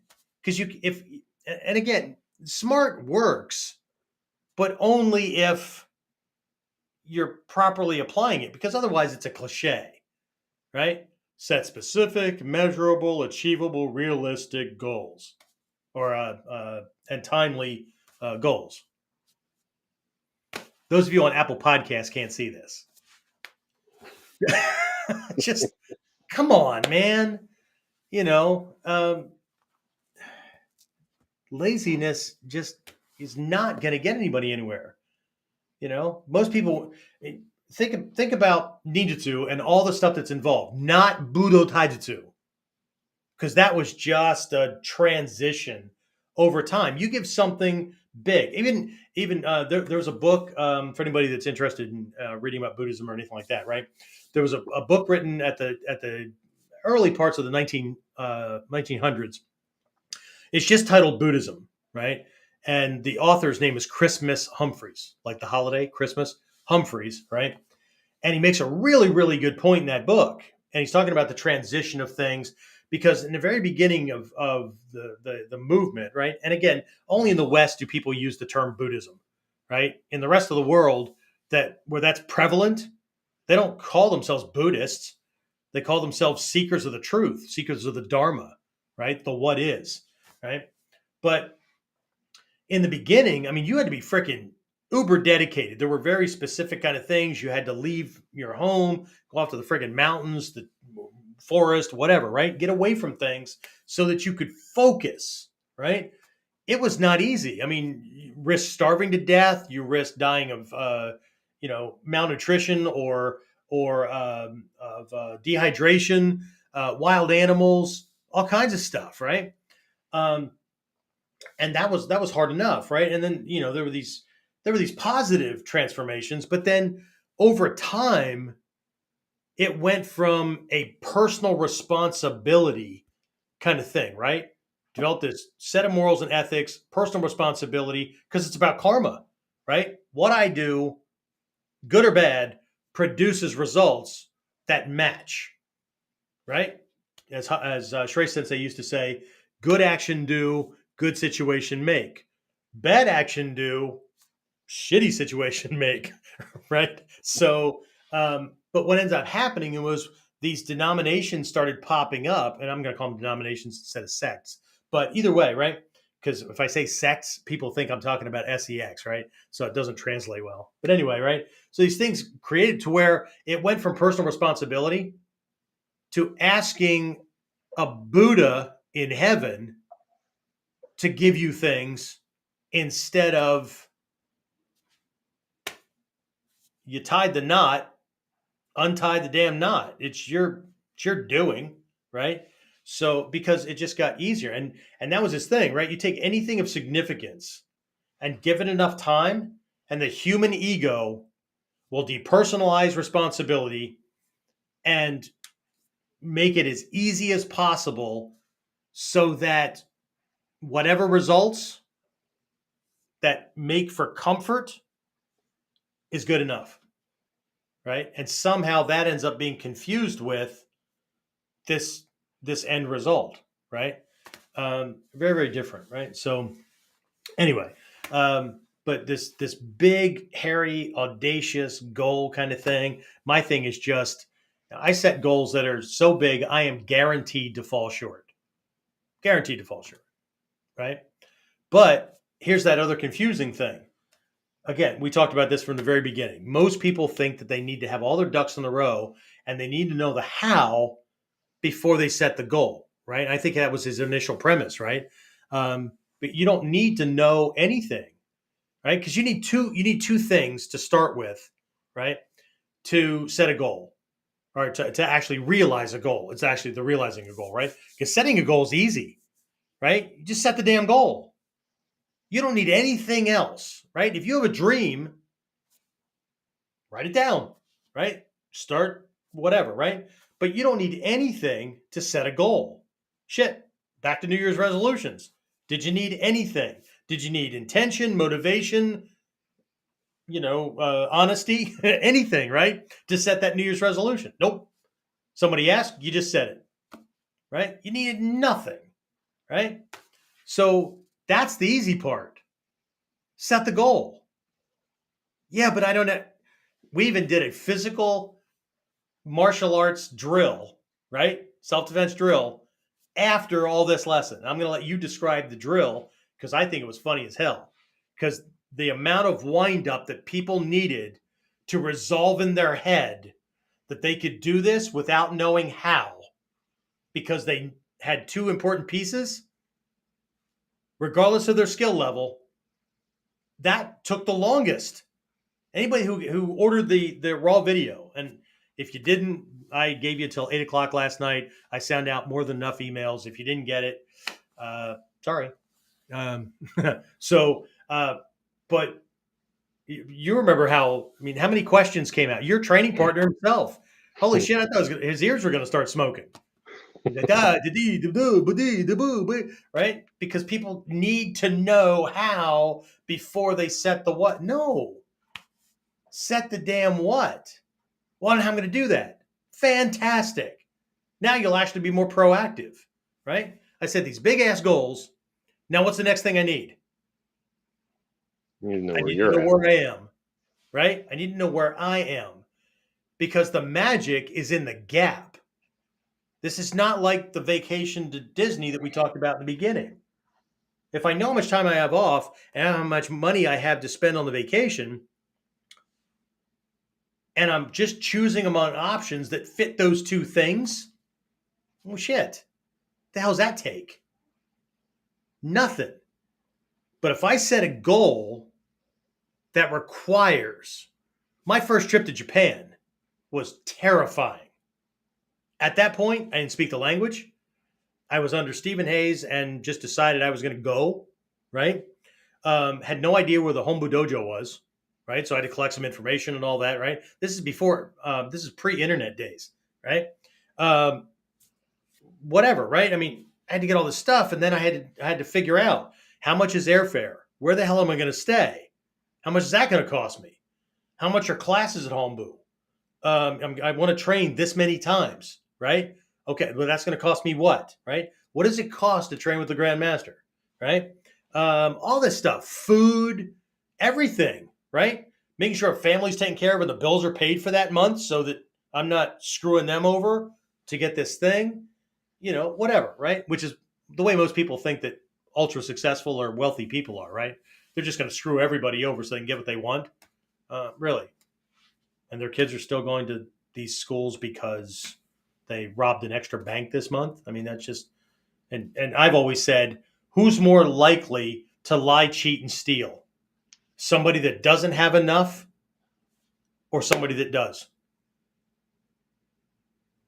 Yeah, well, he lied, cheated, and steal so he'd have enough. Really? Somebody twisted your freaking arm behind your back to buy that thing that they're offering out. You know what your finances are. If you put yourself in a freaking hole because you bought it, that's not their fault. They marketed it to the general population because you needed to have it and were willing to screw everything over and not pay your bills and all that. Not his fault. Is he going to take your money? Of course. You bought it. Why would he not? He has payroll to meet. He has taxes to pay. He has bills to pay. He might even have alimony to pay. Whatever. There's electric. There's all kinds of stuff that he has to pay, not just for his house, but the damn factory that's making all that stuff. Shipping cost, everything, right? Stuff that people have no idea about, right? The people that invested in his thing. That if he goes under, shit, it's not just going to close a business like people walking away from a job. He risks losing his home, his family, everything he freaking owns, his dignity. The news could run him through the freaking, the streets because, look how many people he put out of work. Seriously. Okay? And somebody that only has to worry about whether or not they're going to keep their job or get fired from their job. And this person, this uber successful person is supposed to worry about what people think of them. And they're gonna maneuver so that they can keep the masses happy and still meet their obligations. Holy shit! Seriously, right? And I'm going to say this once: if you think Donald Trump gives a shit about what anybody thinks of him, with the number of people he has on payroll that he has to make sure gets paid every month, and benefits and all that kind of stuff, I don't give a shit what you think about Donald Trump. I'm not Trump, whatever. I'm just pulling a name out of the hat, right? If you think that Shaquille O'Neal or any of these uber successful people give a flying rat's ass about what anybody thinks, because your opinion doesn't pay their bills. But if you let other people's opinions, the detractors of one sort or the other, get in your way, who ultimately is at fault? I got to tell you, it's not the detractors. It's the person who decided to act on the opinion of people that had no investment, no vested interest in whether or not you succeed or fail. But as long as we're running around making sure that nobody hates us and I didn't tell anybody no, and I ain't like make mommy upset at me or whatever, then, well, shit. This doesn't mean that I don't care about what my family thinks or whatever. But my why is way bigger than anybody's opinion. Way bigger.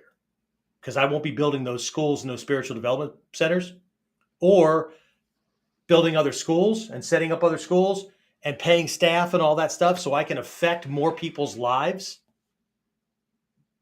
with somebody else's opinion. That took me decades to get. So before you think, I'm going to get emotional here, before you think I'm standing on a pedestal and this has been always me, This is me in the last 5 years. Because I tried to balance all that stuff out, and I got that far. So is what it is, right? So we did this exercise, right? So we have to know the goal. Set that first. Then you figure out where you are. And so I need to know what I need to get there, right? Every time I tried to hire people at my dojo, one of the questions is, how much do you want to make?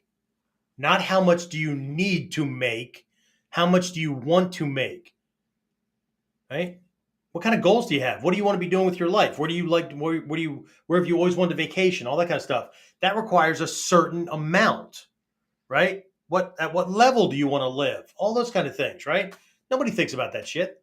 They've been taught that you accept things for what they are, and there's nothing you can do. And yeah, there is. There's a whole freaking formula for it, right? So one of the hardest things I have is hiring people that actually want to make a certain amount of money because they have goals and aspirations and dreams that they want to realize. And they're hoping that this position will allow them to do that, right? Because they're a growth-oriented person. Because if I hire people that are not growth-oriented, they can't help me grow. They can't help Warrior Concepts grow. If I got people coming in and doing nothing but punching a time clock and then bitching and moaning because they're not making an extra money or whatever, but they're barely doing enough freaking work to not get fired based on the job they're supposed to be doing, but I'm supposed to promote them to the next level so they get more money. How about showing you're worth that by doing more than you're supposed to be doing to get the paycheck you're getting? Why would anybody give you more if you're not already doing more, if you don't show that you're capable of doing more? There's a reason that James is my admin assistant and now running the online training stuff, even though he doesn't talk. Usually, right? I bet your wife complains about it more than I do, right? Anyway, so yeah, I just promoted him because he has a hearty laugh and we can have good conversations. Or he tells me, yes, everything's, whatever I say is good. Yeah, no, it doesn't work that way. Okay. But anyway, so you need to know how much you need. And by saying where am I now? Okay, how much do I make? How much, whatever, right? What are my current conditions? And what's the gap? Because the gap is the difference between where I am and where I want to be. That's my game plan. Ding, ding, ding, ding, ding, ding. Right? So it's not that, I'm going to say it's not that difficult because the process isn't that difficult. It's the working the process and staying focused on the process and having thick skin when it comes to detractors and tough stuff. The big hairy guy in the room, right? That's what stops most people, right? Because they just want to hit a level of comfort and then they just justify that themselves. Well, I'm not willing to be that kind of person. I'm not going to be whatever. It happens in jobs, right? Think about it, right? There is a dichotomy in most businesses where it's management against employees, employees against management, right? Because management has been stung by way too many slackers and people that say they're going to do certain things and then don't, abuse the time off work kind of thing and all that. And they're running around trying to get stuff done so the business can move, pay its bills and all that kind of stuff. And then these people are like fucking slave drivers and whatever, right? And then somebody does stand out, right? One of my ex-wives, her dad used to brag about the fact that he did such a good job on the floor that they wanted him to be management several times before he retired. And his answer was, turn him down. I'm not going to be one of them. Because they spent every day bitching and moaning about them, and them became the enemy. But you got a chance to rise up and do more and be more, but you're going to turn it down because in your head you've already decided, right? So what is it? I can't become one of the enemy, or if I do take the job, now my friends see me the way I've always seen me. See the game that gets played? It's just bullshit. It's no wonder people don't get anywhere. They hit a level of equanimity, or balance or comfort or whatever, where they spend all their time now justifying why I don't really need that thing. Okay. Anyway, we're not going to get into our discussion about Fudomyo and all that kind of stuff. I think we discussed this enough. But what it really comes down to, there's a question mark on the slide, right? BHAG or swag goal setting. Which one? Right? Or smart or whatever these things, right? But I think people either have to hit rock bottom where they're tired of being where they are and they have to make a massive change, or they have a why that's so freaking big that they're going to need more time, effort, money, whatever it is, to do the kind of good in the world that they want to be remembered for. And there's nothing wrong with I just want to be a good parent, raise my kids, have my grandkids remember me, all that kind of stuff when I'm gone. And that's all great. That's fantastic.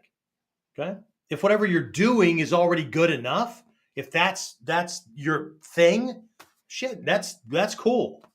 Right? I don't know why you stuck it out for an entire goal setting podcast, but maybe just loyalty. Sensei, wanted to hear what you had to say. Okay. Fantastic.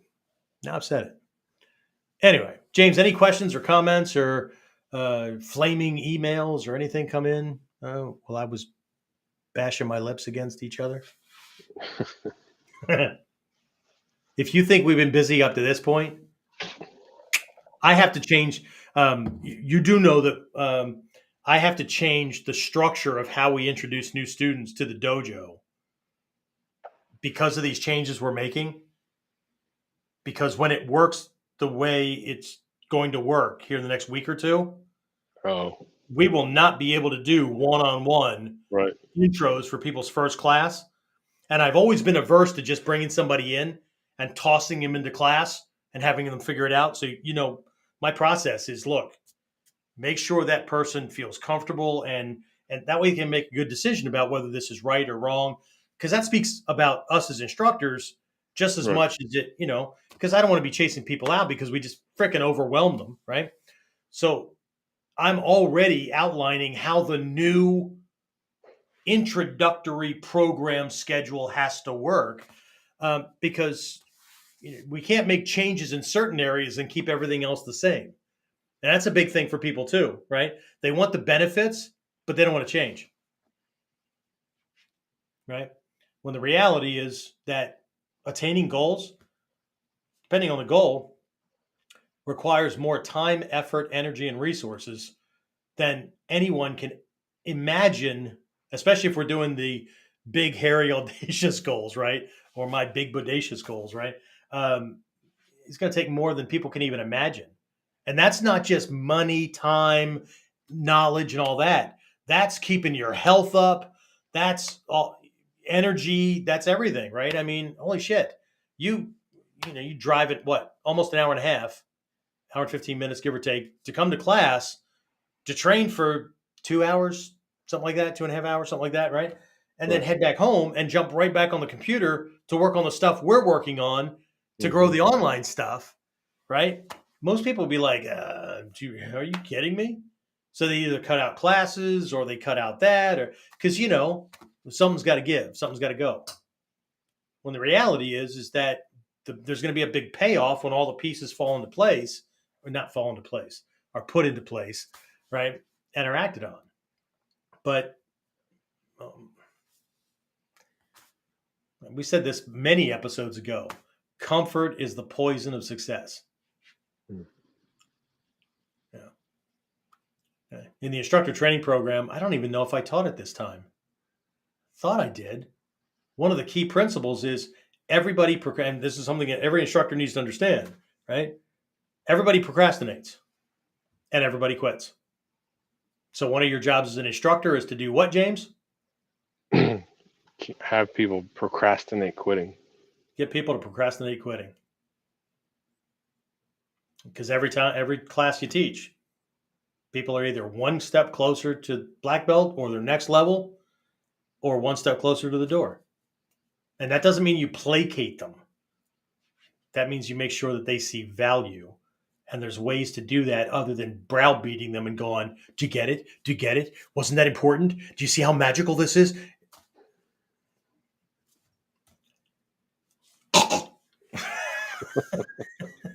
Anyway, were there any questions or comments, or people just saying, hey, I thought I saw like Jimmy's thing pop in along the way. So just a global hey to everybody, because I don't see you pop up on my screen. I have to use him as a filter because long ago we realized, and those of you on, like I said, Apple Podcast and all these, Google Play or whatever, you wouldn't experience this stuff anyway. But the people that are on live as we're broadcasting this, if we had the setup the way it was originally, people were hijacking things and throwing, man, there's some pretty bad stuff that popped in, right? Had technology been different, I could have reached to a screen. But if technology were different, right? It was like that Bill and Ted Strike Back or something like that. Remember that old comedy thing where based on the first movie, a bunch of people were flaming them online and stuff, and they made a list. Then they just drove around knocking on their door. When the guy came to the door, they because people are assholes when they think that they're anonymous, right? Mm. And tough guys forget that it's easy to shoot you from across the street. So ninja have to think differently. Anyway, what do we got?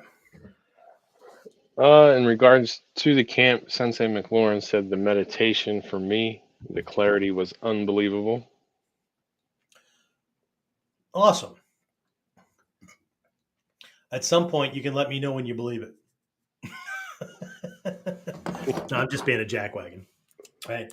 So, yeah, absolutely. Because we actually had a couple of breakthroughs that time. One of the students said that they had tried meditation many times before in different settings.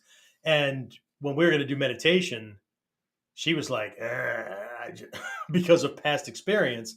And that was a huge turnaround, right? Because it wasn't, I don't know, contrived or somebody misunderstood and made shit up or whatever it was, right? Or there was some kind of hidden agenda.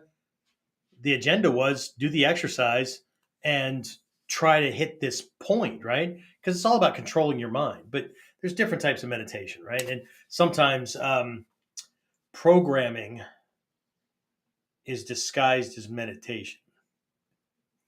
Ultimately, it's all programming anyway, but I mean like agenda-based programming, right? Somebody else is leading you to the dark side.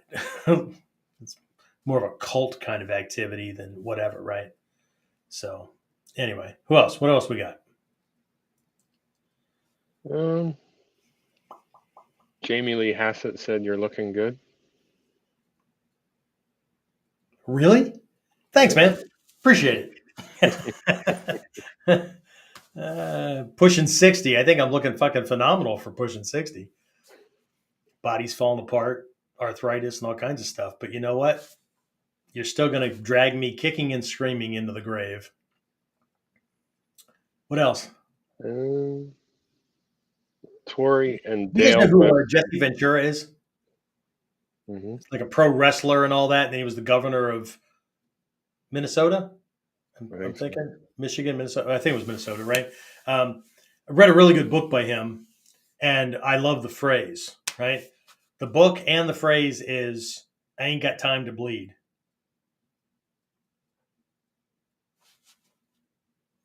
There's too much shit that's still left undone. Right? I am looking to build a legacy that lives beyond me. And I know how woo-woo and I don't know, self-centered or whatever that sounds, but I truly do believe that this stuff, it saved my life. I sound like I'm in a Southern Baptist revival or whatever when I go, mashallah, ninjutsu saved my life. Absolutely did, right? Because of all the facets of it, right? And Just like Hatsumi Sensei wrote at the beginning. If you have ninjutsu history and tradition, reread the introduction that Hatsumi Sensei has at the beginning of that book. Right? It's actually an adaptation to something that Takamasa Sensei had written. It might even have been by Takamasa. No, I think it was by him. But it's an adaptation of that. And part of that is, and this was written way early 80s, right? That based on the condition of the world needs this now more than ever, just like it did in the old days, right? Because of how people, and it's not just like ducking punches and knives and bullets and all that, but the assaults on our minds, our hearts, all that kind of stuff. I mean, you need to start drawing lines in the sand and creating gateways and stuff and setting things up and being strong enough that if you don't open a gate in a certain avenue, somebody doesn't get to come into your realm. They don't get to come in and just dance around because PC or whatever programming we got early on tells us that we have to be nice to people and don't offend. And meanwhile, these fuckers, excuse my language, these people are trampling all through our damn lives. No. Anyway, if you haven't read it, read it. If you did read it again. Oh, and if you have read it, and after you read it again and see if you can extrapolate the code that's hidden inside of it. Because it's written with ninja code pointing at things that on the surface it doesn't look like. And that's as far as I'm going to say about it.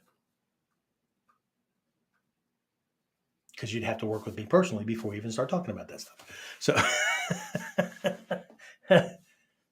well, that sucks, Sensei. You should just tell me. Man, get off your ass and actually train better. Anyway, so who else and what else?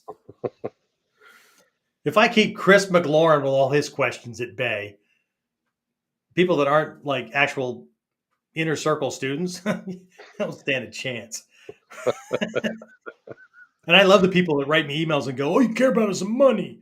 You should give the stuff for free." Dude, I got 60 freaking videos on YouTube channel. I've got almost 600 articles on a place called easyinarticles.com.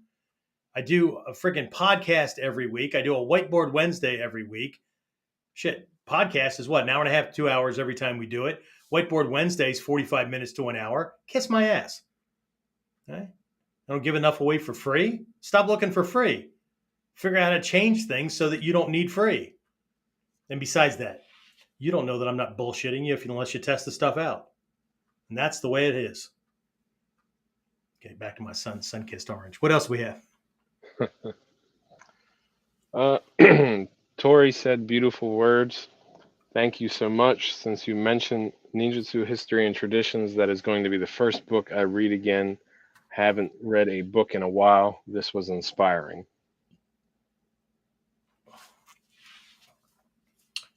All mine are ebooks, so I don't have one to put up.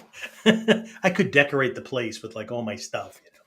I've got a banner that I use somewhere. Where did I put that, James? It was on one of the iterations of the website. That it's a banner of some of the books and programs that I've created. And I mean, it has workplace violence stuff in there and all that, but it's like I ran out of space. I couldn't keep putting stuff in without like just making it like just a mess, right? You know the one I'm talking about? I think so. It has like a dozen or more things just from left to right, you know? So what is it? The Butsu, Bushi no Me. Remember that one? Yes. Just how warriors use their eyes. Starting with Nekugan, which is just naked eye. It's just the way the eyes work and taking in all the stuff and then working through the different mindsets and all that kind of stuff so that you see shit that nobody even knows is going on. And this is not woo-woo stuff. This is biology. This is psychology, right? This is, and it's just like an hour-long like little mini program that I decided to make, do as a lesson for you guys and then decided, maybe other people will be interested in this. Maybe not. Who knows? Anyway, all right. So let's go ahead and wrap this up because I've got stuff to do. I have an assignment from my new mentor to get done and another hour and a half out of the 2.5 hour recorded lesson that I was given to do because I got another lesson tomorrow to go through, and I'm doing the action steps along the way because I'm not taking my time. By the end of this week, I'm going to be releasing the actual action stuff that will produce directly the results in the dojo. And when I say end of the week, I really mean like Thursday or Friday. I don't mean Sunday, right? And if I can get it done by Wednesday or Thursday, even better. But right now, the goal is Thursday, Friday, because I have stuff to do during the day and the night. So anyway, I have my grandson in the middle of the day on Thursday, so that tends to bump me around depending on how this almost 3-year-old decides that, what position grandpa's in. I can play alone and I'm good, and I'm okay with that. It's a little vacation. That just makes me more intent when I jump back on the next thing because I just, did something else for 4 hours. I love family, but at the same time, there's another part of my brain that's like, oh, shit. Because in all honesty, I am that hungry and I am that passionate about making this thing happen. And like I said, I'm pushing 60. I don't have a whole lot of years left over. That doesn't mean I'm going to die next year or whatever. Even if I die when I'm 108, like my goal is, right? Because in Mikyo 108, the human being is supposed to have 108 defilements that need to be worked on and fixed. And I didn't get started in this until I was like 22, 24, something like that. Got some catching up to do. So, but even if I were to make it that far, I'm over halfway. Realistically, I might make it to 80 or 85. Not a lot of time. So if you're in your 20s or your 30s, I guess take some more time off. Of course, I'm being facetious. All right. Is that it? Nobody else? Hi, everyone else that just stopped in to say hi. Otherwise, we'll talk to you again next week on, what is this? Oh, yeah, KUDEN. Get more of KUDEN Radio. Subscribe through your favorite podcasting site or subscribe at modernninjawarrior.com.